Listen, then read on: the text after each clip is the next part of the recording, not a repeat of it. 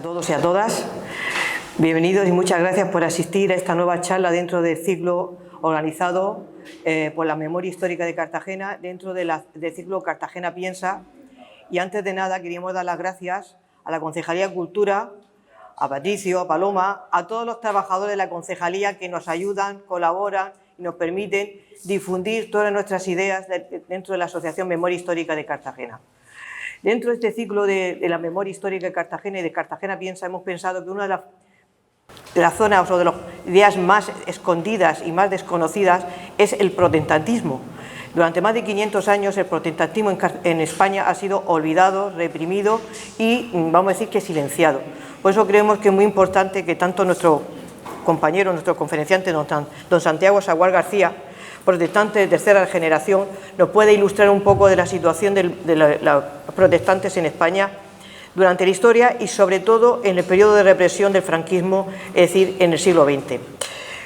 Como me imagino que la mayoría, yo creo que no soy la única, que tenía bastante desconocimiento sobre este tema, yo reconozco mi ignorancia. Al tratar el tema he descubierto muchísimas cosas y sobre todo he descubierto que es un mundo muy desconocido para la mayoría de los españoles, ya que nos obligaban a ser católicos, apostólicos y romanos desde nuestro nacimiento. Pues he intentado informarme un poquito del tema y me he dado cuenta de una serie de datos que solamente pinceladas para ponerlos en situación de la situación del protestantismo en España. Antes de nada queremos hacer mención que la primera vez que en España se consideró que había libertad religiosa, es decir, que los protestantes podían ejercer su derecho a cualquier otra religión, fue en la Primera República, en el año 1869, cuando por primera vez hubo libertad religiosa. Esta libertad religiosa permitió que a finales del siglo XIX un colegio, el Porvenir, y hago mención al colegio Porvenir porque don Santiago estudió en él, y casi todos los protestantes de bien, como digo yo, vienen de ese colegio, que fue el gran difusor, el gran educador de las generaciones protestantes del siglo XX en España, de origen alemán, porque casi todos los protestantismos tenían la mayoría de su origen alemán o inglés, pero sobre todo alemán. Bueno, como digo, el colegio El Porvenir, el colegio donde don Santiago estuvo estudiando, fue como el gran artífice de la difusión y la educación del protestantismo en España. Y como la Segunda República, en su Constitución, en el artículo 12, dice que está permitido la libertad de culto, y fue otro momento de esplendor, de libertad para el poder, la libertad religiosa. Pero ya saben ustedes que la Segunda República duró poco, y con la llegada de la Guerra Civil había unos 30.000 protestantes en España que con la Guerra Civil fueron o fusilados, o encarcelados, o represaliados, o perseguidos. A los protestantes se les perseguía como era obligatorio casarse por la Iglesia Católica, tenían que hacerlo de forma civil y tardaban años en conseguir la licencia. Cuando los nombres no eran del santoral, no podían registrar nombres fuera del santoral. Cuando hacían la mili, si no iban a misa, podían ser también pues, castigados. O podían tener varias represalias, por ejemplo, tenían que, si querías ser funcionario del Estado, tenías que admitir que tenías que ser católico, apostólico y romano. Si no tenías que jurar que era católico. Bueno, esto continuó, pero como se iba extendiendo mucho el protestantismo, en 1967 se tuvo que crear una ley para regularizar la situación de los protestantes en España. Pero en mi opinión, más que para regularizar, era para controlar. Porque la ley no daba mucha libertad, era más bien para tenerlos controlados porque no podían hacer públicamente expresión de su religión, no podían extenderlo. Pero bueno, la situación cambió radicalmente gracias a la Constitución del 78 y posteriormente a la Ley de Libertad Religiosa del 7/80, es decir, de 5 de julio del 80. Con esta ley ya podemos decir que la libertad religiosa está extendida e impregnada en la sociedad española, y en la actualidad hay más de 1,5 millones de protestantes en España, con sus diferentes matizaciones. Casi 1 millón son, vamos a decir, que de inmigrantes ingleses, franceses, de otras nacionalidades, y más de 1 millón españoles. Y quería hacer mención a un hecho que, ¿por qué no ha traído aquí don Santiago Saguar? Que dirán ustedes, ¿por qué está aquí? Pues entre otros motivos porque es un protestante, ha dedicado de tercera generación, como he comentado, una persona muy implicada en la ciudad de Cartagena, y que vino a la condenación porque nuestra compañera Pepa me contó una anécdota y dijimos, ostras, pues es verdad, no hemos caído en este detalle, nos faltan los protestantes. hemos metido judíos, gitanos, que si republicanos, no ha faltado esto. Y nos contó una anécdota que tuvo lugar en 1982. Se hicieron una jornada de educación en La Milagrosa, actual rectorado, y en esas jornadas que organizó el Partido Socialista Obrero Español en aquella época para hacer la campaña electoral, sobre todo por el tema de educación, pues un tal don Teodoro Rodríguez se levantó y empezó a hablar de la situación de la educación en general y en particular de su situación personal. Él era evangélico, era protestante, había ejercido como maestro toda su vida y cuando llegó a Cartagena pues estuvo trabajando en la calle Juan Fernández. Y luego fue el creador, vamos a decir que con grandes esfuerzos y con muchas dificultades, porque le ponían trabas por todos lados, consiguió crear en Torreciga lo que ustedes casi todos conocen, Astus. Y discípulo de este señor don Teodoro, está aquí don Santiago, también alumno como el don Teodoro del Colegio Porvenir, también dedicado a extender la cultura y la religión protestante en la ciudad, y que como han vivido en sus propias carnes la situación actual y que además está muy bien documentado, nos va a ofrecer documentos originales de toda la situación de los protestantes en la España de los años 50 y 60, de la represión franquista, y nos puede explicar también muy bien la situación en Cartagena, porque ha vivido en Cartagena durante muchos años. Creo que mejor que él nadie para explicarnos la situación del protestantismo en la España franquista. Don Santiago, cuando usted quiera. Muchas gracias.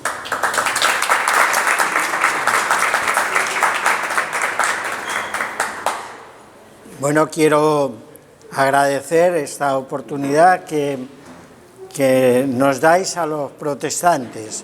No son muchas las oportunidades que tenemos para poder explicar quiénes somos, de dónde venimos, qué es lo que hacemos y qué es lo que queremos. Y bueno, somos los grandes silenciados, como ha dicho, pero es cierto que hemos sido ninguneados totalmente, pero eso no quiere decir que no hayamos influenciado en la sociedad con mucho. Fijaos, para empezar voy a contar una anécdota que me contó una señora evangélica, protestante, se llamaba doña Elvira Palomeque. Esta señora tenía un hermano que se llamaba Samuel Palomeque, y este era un importantísimo predicador y un orador tremendo, pero de España se fue a Estados Unidos y a Cuba, y es donde él funcionó, Samuel Palomeque. Bueno, vino a España y al venir a España le cogió la guerra civil en Córdoba. Entonces, en Córdoba, se había hecho famoso con sus predicaciones y las predicaciones en aquel tiempo casi siempre eran pues tirando por tierra la doctrina católica en cuanto a vírgenes, a santos, al Papa, a la misa. Ese era el principal tema de la predicación. Entonces lo cogieron, lo llevaron a la cárcel, era zona nacional enseguida, y fue condenado a muerte. No condenado, fue puesto en la lista de los que iban a ser fusilados. Entonces el gobernador civil de Córdoba, cuando leyó el nombre de este hombre y de dónde venía, él venía de Madrid, de la iglesia de la calle Trafalgar, la iglesia de Chamberí de Madrid en la calle Trafalgar, que como todas las iglesias evangélicas, donde se ponía una iglesia, al lado se ponía un colegio. Y entonces este gobernador civil había estado estudiando en ese colegio, y al saber que él venía de ahí, pues lo liberó y se pudo marchar a Cuba y librarse de la muerte. Digo esto porque hay veces que parece que no hay influencia, pero un niño que está en un colegio siempre recuerda lo que ha habido allí. Y si ha sido un colegio evangélico, que ya digo, en cada iglesia prácticamente se ponía un colegio, porque no era solo la predicación del evangelio, no era hacer proselitismo, sino era la educación como primer tema. Esa es la gran arma de la Reforma, fue que la Biblia la tradujeron a los idiomas en casi todos los países. A partir del siglo XV se traducía la Biblia al idioma del país, y para que la gente pudiera leer la Biblia en su idioma, lo primero que tenía que hacer era aprender a leer, porque no todo el mundo sabía leer, y los que sabían leer leían en latín la Biblia de la Vulgata, y eso era lo que había. Entonces, los primeros misioneros protestantes que vinieron a España, la idea era enseñar a leer al pueblo, con la idea de que aprendan, y además, si quieren leer la Biblia, que la puedan leer en su idioma. Bueno, esto es una simple anécdota. Yo quisiera leeros, porque el título de la charla es La represión franquista a los protestantes, pero yo puse un segundo título que decía Padecemos persecución y la soportamos, que es la parte de un versículo de Primera de Corintios, capítulo 4 y versículo 12. El texto dice, porque es un poco más amplio, dice: nos maldicen y bendecimos, padecemos persecución y sufrimos, somos blasfemados y rogamos, hemos venido a ser como la hez del mundo, el desecho de todos los hombres. Así que eso ocurría en los años 60 del primer siglo. Así que la persecución o la represión a los cristianos no es una cosa nueva, tampoco es una cosa solo de España, sino que desde el principio los cristianos han sido perseguidos. Porque ser protestante no es solo tener una religión. Ser protestante significa tener un guía a quien seguir. Cristiano quiere decir seguidor de Jesucristo. Y Jesucristo dijo que el que quiera seguirle tiene que tomar su cruz e ir en pos de él. Es decir, seguir lo que él marcó, lo que él enseñó. Ese es el concepto de cristiano que tenemos los evangélicos, los protestantes. Ser cristiano, ser evangélico, ser protestante es ser seguidor de Jesucristo por haberle aceptado como tu Señor y como tu Salvador. Esta es la base. La base del protestantismo es ser cristiano personal. ¿Qué pasó en España con la Reforma? Porque vamos a partir, pero muy someramente, de la Reforma. Cuando la Reforma vino a España, la Iglesia católico romana la persiguió, pero completamente. Fue una persecución a muerte, tan a muerte que se hicieron los autos de fe, que se llamaban, vaya nombre, para quemar viva a la gente. Auto de fe. Estos autos de fe era que a todos aquellos que eran, primero, muchos de ellos solamente erasmistas, es decir, seguidores de Erasmos, que había hecho la recopilación y la edición del Nuevo Testamento en griego, y bueno, tenía su forma de pensar. La Universidad de Alcalá de Henares es la que se hizo más erasmista. Pues estos fueron perseguidos, y lógicamente los protestantes, perseguidos a muerte, de forma que quemaron vivos a los que pudieron, a los que no cogieron porque o se habían muerto o habían huido al extranjero, los quemaron en esfinge, es decir, hacían un muñeco que representaba a este y le quemaban. Y así murió el primer conato de protestantismo en España. Eso pasó en el siglo XV. Pues hasta el siglo XIX no ha habido libertad religiosa. El siglo XIX empezó la libertad religiosa, como se nos ha comentado un poco, cuando destituyeron a la reina Isabel II, trajeron a Amadeo de Saboya, que cuando vio lo que había en España y se murió o le murieron al general Prim, que era el que le había traído, pues el hombre se asustó, se marchó nuevamente a su Saboya en Italia, y aquí se formó la Primera República. Y esa Primera República hizo una constitución que, bueno, ya había esta constitución, y admitió el primer artículo, que era libertad de cultos, libertad de pensamiento, libertad política, de partidos políticos.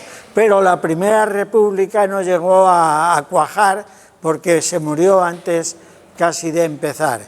Fueron en total 7 o 8 años, y eso no da para mucho en una historia que habían pasado ya 4 siglos sin que hubiera libertad. Así que fijaos qué poca libertad. Bueno, esa libertad quedó cortada en mucho, aunque un poco más abierta, pero no había libertad hasta el año 1931, en que Alfonso XIII se marchó voluntariamente. Hubo que empujarle un poco, pero él se marchó, según la historia, se marchó voluntariamente para que no hubiera una guerra, pero el resultado es que la hubo. Y se marchó precisamente, como sabéis mejor que yo, se marchó por Cartagena. Este fue su última tierra española que pisó. Entonces, esta república, que empezó en el 31, en el 32 ya tenía su nueva constitución, en la que había libertad de culto, libertad política, libertad de prensa, bastantes libertades. La Segunda República Española duró también, pues, lo que duró.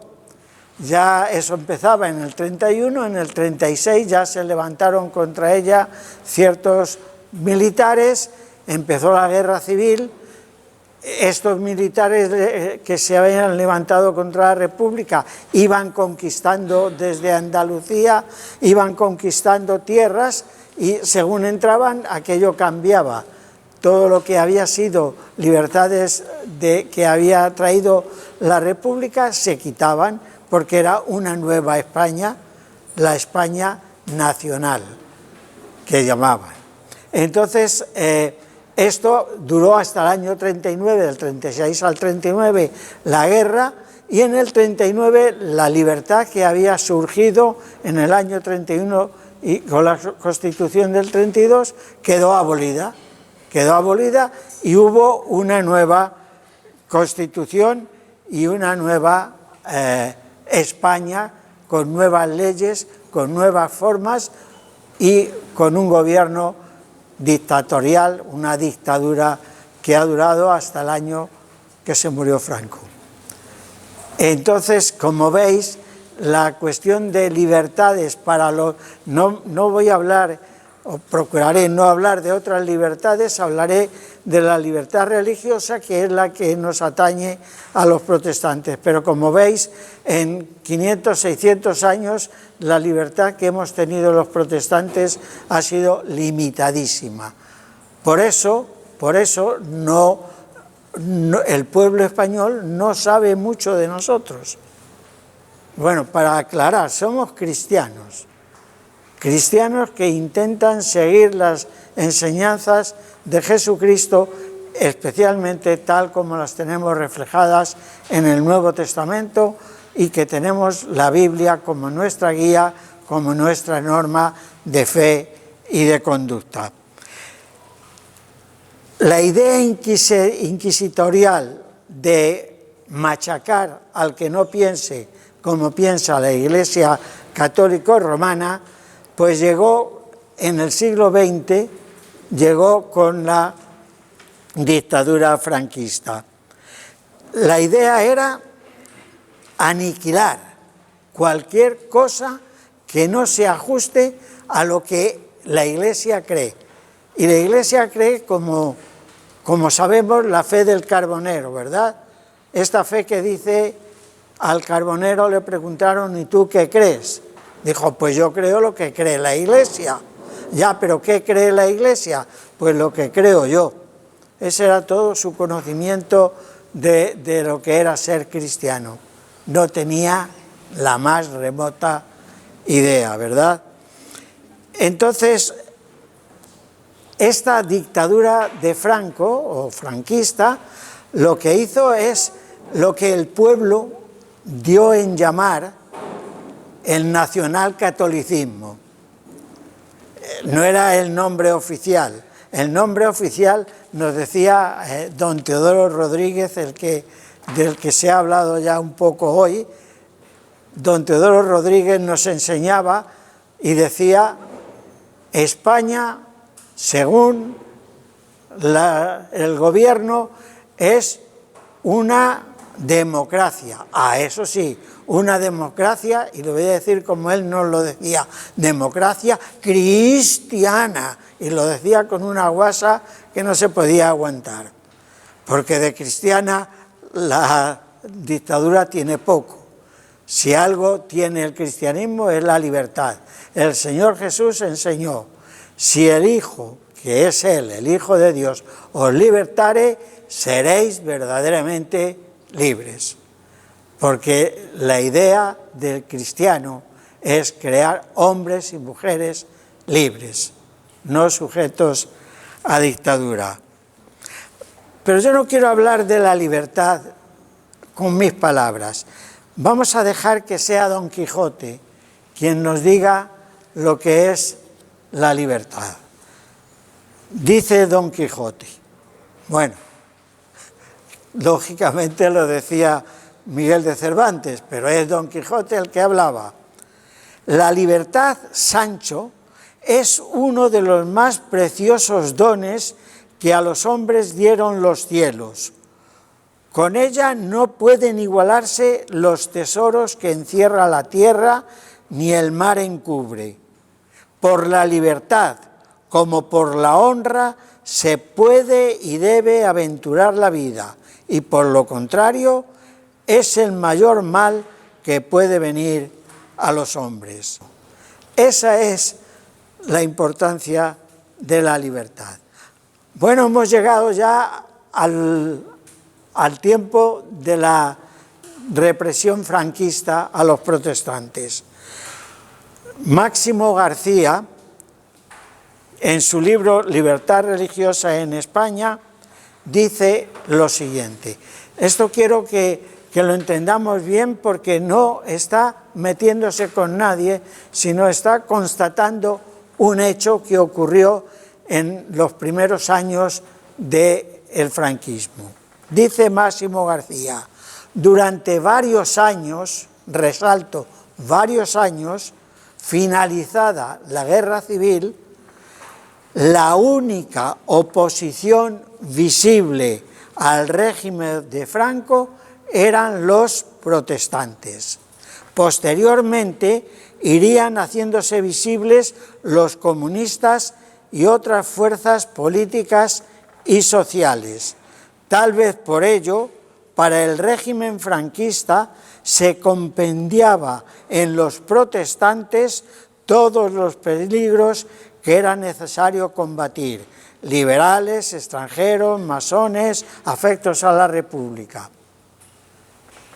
Y mientras el país vivía en una férrea dictadura, en las iglesias evangélicas se practicaba una forma de gobierno democrático, desconocida por las generaciones que se habían criado bajo la égida de Franco. En realidad, las iglesias y sus instituciones fueron una escuela de democracia y una fuente de lucha a favor de la libertad de conciencia.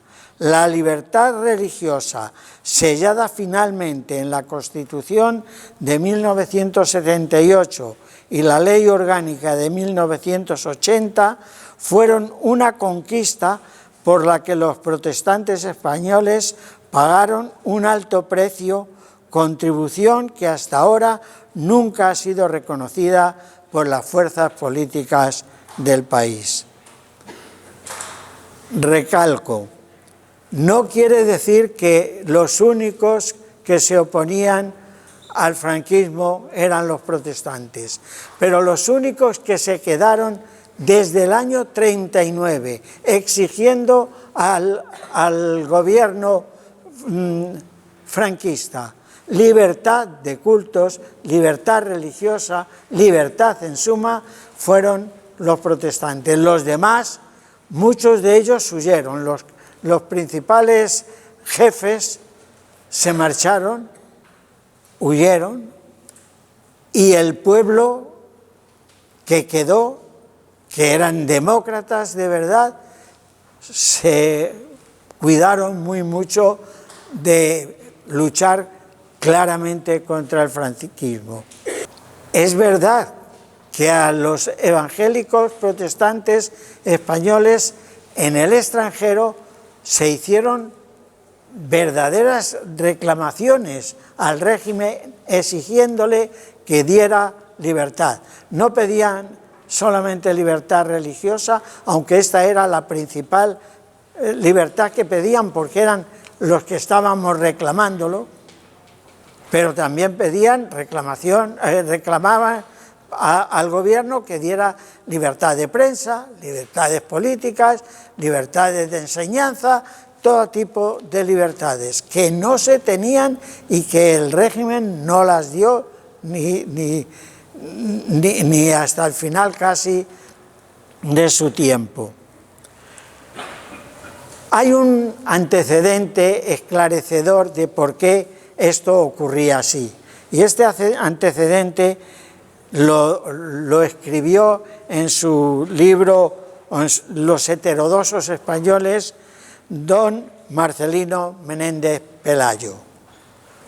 Hizo este libro, está en 2 tomos casi siempre, Los heterodoxos españoles, que según él eran heterodoxos porque la única ortodoxia que de verdad era la buena, la santa y la correcta era la católica. Los protestantes podemos decir que los heterodoxos son ellos, pero no lo decimos porque no nos gusta insultar ni machacar a nadie. Pero decía don Marcelino Menéndez Pelayo, explicando qué es España, y dice: España, martillo de herejes, luz de Trento, espada de Roma, cuna de San Ignacio. Esa es nuestra grandeza y nuestra unidad. No tenemos otra. El día que acabe de perderse, España volverá al cantonalismo de los arebacos, de los vectores y de los reyes de taifas. Eso lo decía en el 1880, y esa era la mentalidad católico-romana acerca de los protestantes. El 18 de julio de 1945 se creó el Fuero de los Españoles. La profesión y práctica de la religión católica, que es la del Estado, gozará de protección oficial. Nadie será molestado por sus creencias religiosas. Eso es mentira. Eso nunca fue así. Los protestantes y otros fuimos molestados por nuestras creencias religiosas. Que se lo pregunten, por ejemplo, a los judíos. No serán molestados por sus creencias religiosas ni por el ejercicio privado de su culto. Eso no fue así. Para que veamos cuál era la idea de la privacidad del culto. Las iglesias no estaban permitidas abrirse, pero las iglesias, los protestantes las abrían. Cerraron alguna porque decían que al pasar la gente por la puerta, si el predicador, el orador de la iglesia, lo hacía fuerte, lo oía, y eso ya no es privado, que lo ha oído uno que pasaba por la calle. Si se abría una puerta o una ventana y al frente había un versículo bíblico, eso ya se ve desde la calle, eso ya no es privado. Así que fijaos cuál era la privacidad de las iglesias, ninguna. La que quisiera el gobernante de turno, o el gobernador, o el alcalde, o el jefe de la Guardia Civil, o el cura de turno. Esa era la privacidad. Pero además el Fuero de los Españoles decía: no se permitirán más ceremonias o manifestaciones exteriores que las de la religión católica. No se permitirán. O sea, hay libertad, pero no se permite. Pues hay o no hay. Decía el invicto general Francisco Franco: nuestro Estado debe ser católico en lo esencial y en lo espiritual, porque la verdadera España ha sido, es y será siempre católica.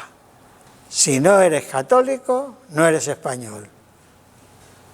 La verdadera España ha sido, es y será siempre católica. Decía Pío XII, el Papa reinante en ese año, mandó un telegrama el 3 de abril de 1939, 2 días después de declarada la final de la guerra.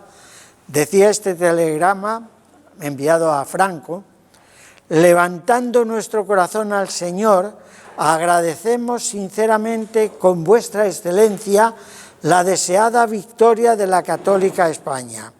Hacemos votos porque este queridísimo país alcance la paz, emprenda de nuevo, con nuevo vigor, sus antiguas y cristianas tradiciones que tan grande lo hicieron. Con estos sentimientos efusivamente enviamos a vuestra excelencia y a todo el pueblo español nuestra apostólica bendición. Los protestantes no fuimos bendecidos porque no éramos españoles, porque no éramos católicos. Así que no sentimos la bendición del Papa, lo sentimos porque nos hubiera gustado sentirnos bendecidos, pero no nos sentimos. Lo digo sin malicia. Cardenal Segura, de Sevilla. Recuerdo en una reunión en la iglesia a la que yo pertenecía cuando vivía en Madrid, era la iglesia de mi familia, donde nos habíamos criado ya 3 generaciones de protestantes, pero en una reunión allí vino un pastor de la iglesia de Camas en Sevilla, que era un pequeño grupo, y hablaba o conocía muy bien la situación de las iglesias en Sevilla. Entonces, él nos explicó cómo estaban las iglesias, nos explicó, yo era un niño, pero algo cogías. Y como no se podía hablar claramente, desde la plataforma de la iglesia explicó lo siguiente: hay en Sevilla un gato negro que está persiguiendo a los ratoncillos y al que le pilla se lo come. Pero este gato negro no es el más listo del mundo, porque los ratoncillos somos más listos que él y nos sabemos esconder y escapar muy bien. Y además ya sabéis que los ratones se reproducen mucho. Entonces estos ratoncillos perseguidos por el gato negro se están reproduciendo. Fijaos qué forma de explicar qué era lo que estaba pasando, lo que estaba intentando hacer el cardenal Segura en Sevilla. Mirad la idea del cardenal Segura acerca de la libertad religiosa. Dijo: dijo que los centenares de mártires de la fe en la reciente guerra civil, o sea, todos los que estaban en la zona llamada nacional, que murieron en la guerra civil, eran mártires de la fe. Yo conozco familias que estaban en la zona nacional en la guerra civil y a mártires de la fe, nada de nada, porque es que estaban allí porque les había cogido la guerra en esa zona. Media España era roja y media España era nacional. Y ni eran rojos la media España, ni eran nacionales la otra media. Cada uno era lo que le tocó caer, lo que le tocó ser. Mi familia es de Madrid, vivía en Madrid y le tocó ser de la zona roja. En mi familia no todos eran rojos, no todos. Bueno, pues dice que los centenares de mártires de la fe en la reciente guerra civil están clamando contra ello, contra que se abran las iglesias. Y decía, citando a Balmes, otro buen católico, que si el protestantismo se introducía en España, conduciría al faccionalismo, a la disputa y a la catástrofe. Ahora, ¿qué es lo que pasaba? Pues que igual que en el siglo XVI con la Inquisición, la jerarquía católica era la que prohibía y el brazo secular era el que ejecutaba. Por eso no se puede achacar a la Iglesia católica las quemas de protestantes, de beatas, de brujas, de judíos, de moriscos. No se les puede achacar oficialmente a la Iglesia, porque la Iglesia no lo hacía. La Iglesia los juzgaba, los condenaba, pero era el brazo secular quien ejecutaba. Pues aquí igual, la Iglesia de Roma no era la que prohibía y hacía. Ella lo prohibía, hablaba con el gobernante o el alcalde, el policía, el que fuera, y este tenía que llevar a efecto. Juan Bautista Villar, que es catedrático en la Universidad de Murcia, ya está jubilado, él en su libro Un siglo de protestantismo en España decía que en los colegios y en otros lugares en aquel tiempo se acababan las cancioncillas que se cantaban con un estribillo que decían: mueran, mueran protestantes, viva, viva la nación, que queremos ser amantes del Sagrado Corazón. Mueran, mueran protestantes, viva, viva la nación, que queremos ser amantes del Sagrado Corazón. Lo debió de escribir por lo menos José María Pemán, y la letra pues era de Werner, porque claro, no creo que sea de Falla, pero quizá. Bueno, esta cancioncilla me da pie a contaros otra anécdota. En un pueblo de la provincia de Ávila, que se llama Piedralaves, había un pequeño grupo de protestantes que tenían su capilla que quedó cerrada. Pero la Iglesia Católica Romana en aquel tiempo hacía muchas procesiones, ahora las hace en Semana Santa. En aquel tiempo de la posguerra hacía procesiones cada poco, paseaban a todos los santos que tenía cada iglesia en sus altares, lo daban un paseo por las ciudades y por los pueblos. Pues en este pueblo de Piedralaves tenían la buena costumbre de la procesión de turno, pasearla por las calles donde vivía algún protestante. En una de estas procesiones pasaron por la calle donde vivía un señor ya mayor, bastante mayor, pero que era un protestante recalcitrante. Y entonces, al pasar por la puerta de este protestante, se gritó aquello de mueran, mueran protestantes. Y este hombre salió a su balcón, abrió y con la misma potencia que aquella gente había dicho, mueran, mueran protestantes, él llegó y dijo, mueran los ladrones. La pareja que tenía que ir siempre con las procesiones, la pareja de la Guardia Civil, subió a la casa, lo hizo bajar y se lo llevó al cuartelillo de la Guardia Civil. Allí el sargento jefe del cuartelillo, por cierto, en esa zona de la provincia de Ávila había muchos muchos republicanos que se habían ido al monte como maquis y había buenas patrullas de Guardia Civil, tanto en Ladrada, en Sotillo, Casavieja, Piedralaves, que eran unos pueblos a 3 o 4 kilómetros cada uno de ellos, en cada uno había un cuartel y guardias civiles. Bueno, pues el sargento le interroga y le dice, vamos a ver, ¿a qué se refería o a quién se refería usted cuando dijo esa frase de mueran los ladrones? Y este hombre, que casi no sabía leer, pero tenía la suficiente gracia para contestar, le dijo, a los que roban. Y el guardia, el policía, ¿y quiénes son los que roban? Los ladrones. Ya, pero ¿a qué ladrones se refiere usted? Pues a los que roban. ¿Y quiénes son los que roban? Pues los ladrones. Y de ahí no lo sacaban y le dijo, mira, vete a tu casa. Con una sonrisa le dijo, la próxima vez que hagas una cosa de esta te vas a enterar.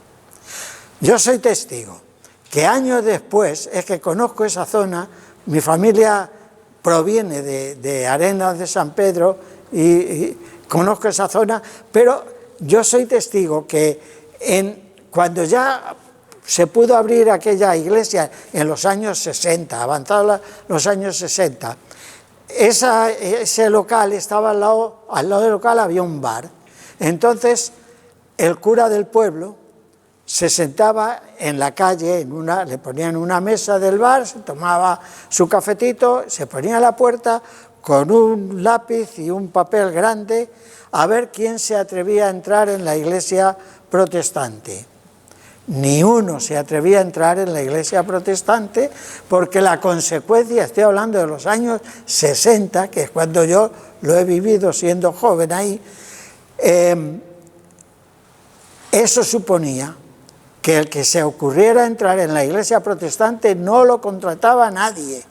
En esos pueblos no había industria, la industria que había era pues ir a la siega, a sembrar, a recoger higos, a trabajos de eso, a la madera. Entonces, como a los protestantes ya no los contrataban, si alguien se atrevía a entrar, sabía que a ese no le iban a contratar. Resultado, no entraba ninguno. La organización de la Comisaría General de Policía Social mandó escrito a todas las comisarías de España y a los puestos de la Guardia Civil que hicieran un listado de los protestantes. Quiere decir que todos los protestantes de la posguerra estábamos fichados, todos. Porque el 12 de diciembre de 1946 la ONU condenó al régimen franquista por no respetar las libertades de palabra, religión y reunión. Y España no entró en esto. ¿Qué pasó? Que estuvimos aislados completamente del resto. Entremos en la represión a las iglesias. Las iglesias quedaron cerradas totalmente y se sufrió violencia física, social, verbal, de todos los tipos. Por poner un ejemplo, Iglesia Evangélica de Chamberí. Si una iglesia que se llama Iglesia Evangélica de Chamberí, que es uno de los barrios más clásicos de Madrid, no es española, pues lo será una que se llama Iglesia Católica Romana. Y Roma no cae así por muy España, está un poco lejos, no creo que sea española una cosa romana. Pues bueno, esta iglesia evangélica de Chamberí, en la calle de Trafalgar de Madrid, fue asaltada. Tuvieron la desfachatez de firmar en las paredes quién eran los que la asaltaban. Y era Acción Católica. Lo firmaron así, Acción Católica. Y entonces rompieron los bancos, robaron las pocas cosas que había de valor. En las iglesias evangélicas de valor no hay nada, porque solo hay algunas Biblias, algunos himnarios y poco más, poco más. No tenemos estatuas, no tenemos cosas de valor. Entonces, pero todo eso lo robaron, lo rompieron los bancos, las plataformas, pintarrajearon todo y se quedaron tan a gusto y tuvieron la desfachatez de firmarlo. Y en la Iglesia Reformada Episcopal de Sevilla, lo que hicieron es, en un servicio, estaba la iglesia abierta en el 4 de marzo de 1952, entraron al culto, pegaron al pastor, don Santos Molina, insultaron y se metieron con los miembros de la iglesia, hicieron una pira con todos los libros, himnarios, todo lo que podía arder, lo pusieron allí, rociaron de gasolina todo el local y lo prendieron fuego. Conozco un amigo mío que en aquel tiempo, ya es un hombre de 90 y algo años, pero en aquel tiempo estaba estudiando en Sevilla en la escuela de arte. Y oyó, estaba con otros amigos, oyeron que había un fuego en una iglesia protestante y dijeron, pero es que hay protestantes en Sevilla. Entonces fueron a ver lo que era aquello y aquello hizo que él tuviera relación con los protestantes y fuera uno de los protestantes al cabo de año. Eso en Sevilla. Y Águilas, por poner un ejemplo de aquí cerca. En Águilas, que estaba cerrada la iglesia, en 1940, con la iglesia cerrada, entraron, robaron el órgano y los bancos y se los llevaron a la capilla católica que había en el hospital. Al cabo de tiempo lo devolvieron, pero en principio amueblaron la capilla del hospital, la capilla católica del hospital, con los bancos y el órgano de la iglesia protestante. En cuanto a la cultura protestante fue cortada por completo. Por ejemplo, cerraron la Sociedad Bíblica Británica y Extranjera, que había venido a España traída por Jorge Borrow. Jorge Borrow es un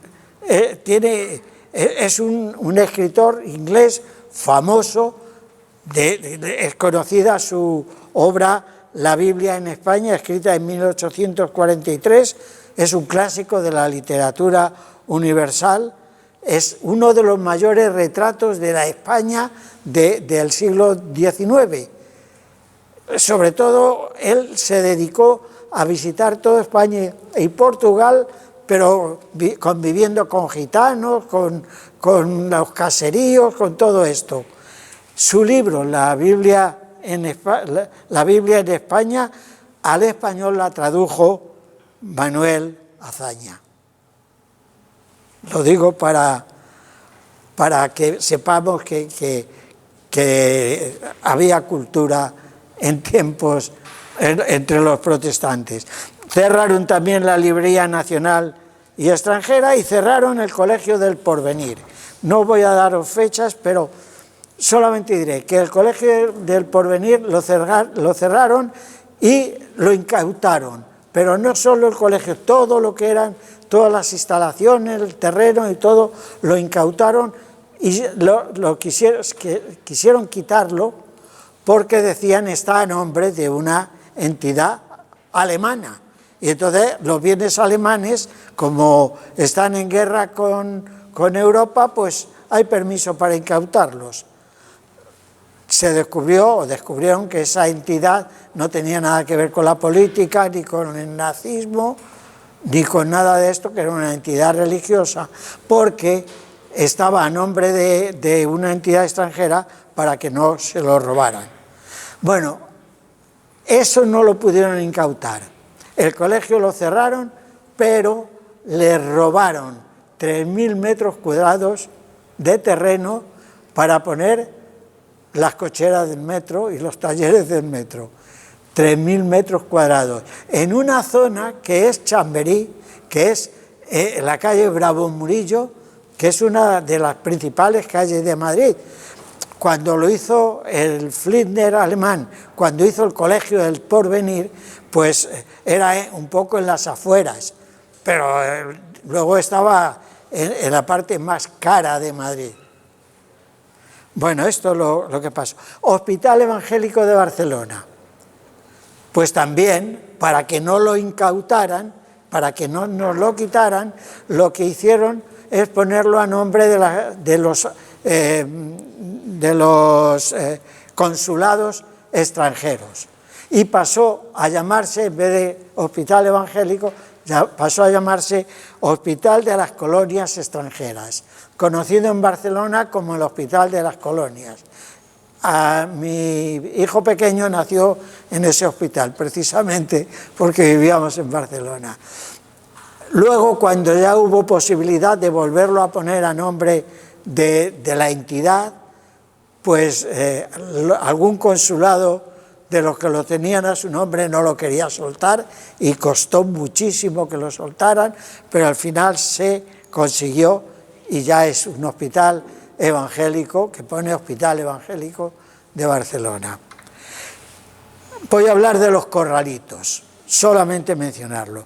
Los corralitos era que la Iglesia Católica se apropió de todos los cementerios, los civiles, los que estaban pegados a sus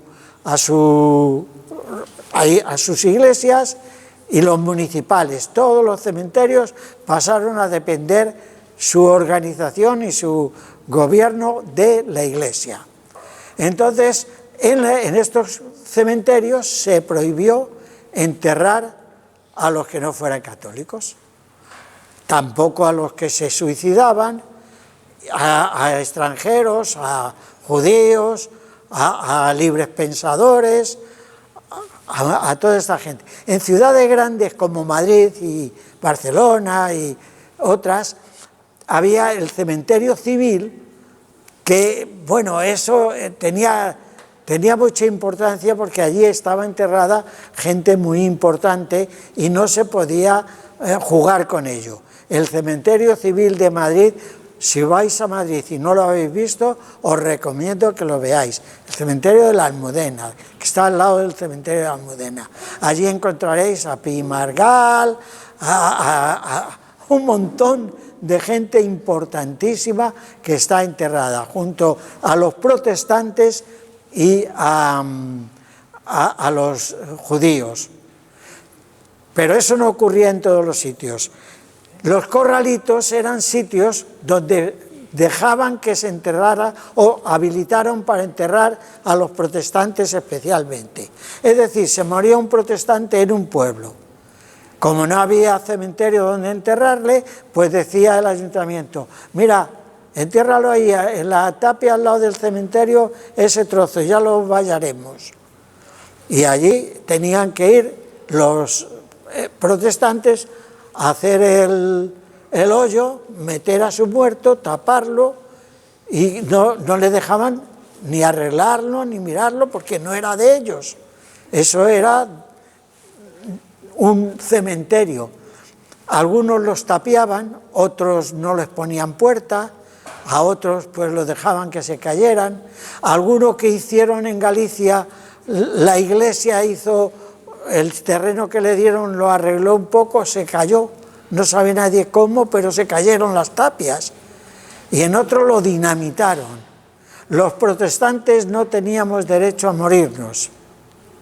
éramos enterrados en corrales, el corralito. Hay un libro del famoso premio Cervantes, escritor premio Cervantes, José Jiménez Lozano, que se llama Los cementerios civiles, que si podéis leerlo, porque él lo explica muy bien todo esto. Cuando era un suicidado, lo envolvían en una sábana o en lo que podían, hacían un agujero, lo echaban, le echaban 2 paladas y ya está. Allí pastaban las cabras, las ovejas, las vacas, los animales salvajes en las sierras, sobre todo de Galicia, pues entraban, desenterraban a los muertos. Eso era el cementerio, porque no teníamos derecho a morirnos. No teníamos derecho a casarnos, porque el matrimonio civil solo estaba para aquellos que no se hubieran bautizado por lo católico. En España había muy pocos que no se hubieran bautizado por lo católico. Había que hacer una declaración jurada ante el clero y la justicia de que no eras católico o que renunciabas a la Iglesia católica. Esa declaración jurada se daba a la Iglesia lo tramitaba y al cabo del tiempo que le daba la gana contestaba, casi siempre diciendo que no, que faltaba otro papel. Entonces en Madrid hay una frase que decía que el que no pasa por la calle de la Pasa no se casa. Bueno, es que la calle de la Pasa es donde estaba la anunciatura del Papa. Y entonces todo el que se quería casar, aunque fuera por la Iglesia católica, tenía que presentar los papeles que iban a la anunciatura en la calle de la Pasa. Los protestantes decíamos, el que no pasa por la calle de la Pasa y repasa, no se casa. Algunos tardaron años en casarse. Había que quererse mucho, pero mucho para aguantar todo eso sin casarse. Santiago, es que vamos muy mal de tiempo. Lo dejo aquí, pero si queréis hablaremos de otros protestantes represaliados, matados, etcétera, etcétera. Así que lo dejamos aquí. Solamente digo, padecemos persecución y la soportamos. ¿Por qué? Porque los protestantes somos unos héroes, porque somos más valientes que los demás grupos represaliados. Evidentemente no. Si quedamos como al principio de la posguerra, como la única oposición visible, era por una causa, un motivo espiritual. Dice Hechos 5:39, es necesario obedecer a Dios antes que a los hombres. Y los cristianos protestantes hicimos aquello, más que hicimos, debía decir, hicieron aquello, porque querían obedecer a Dios antes que a los hombres. Y estábamos sostenidos, y estamos sostenidos por el Salmo 23, que dice, el Señor es mi pastor, nada me faltará, confortará mi alma, me guiará por sendas de justicia, aunque ande en valle de sombra de muerte, no temeré mal alguno, porque tú estarás conmigo. Ciertamente el bien y la misericordia me seguirán todos los días de mi vida, y en la casa del Señor moraré para siempre. Esa es nuestra fuerza. Muchas gracias.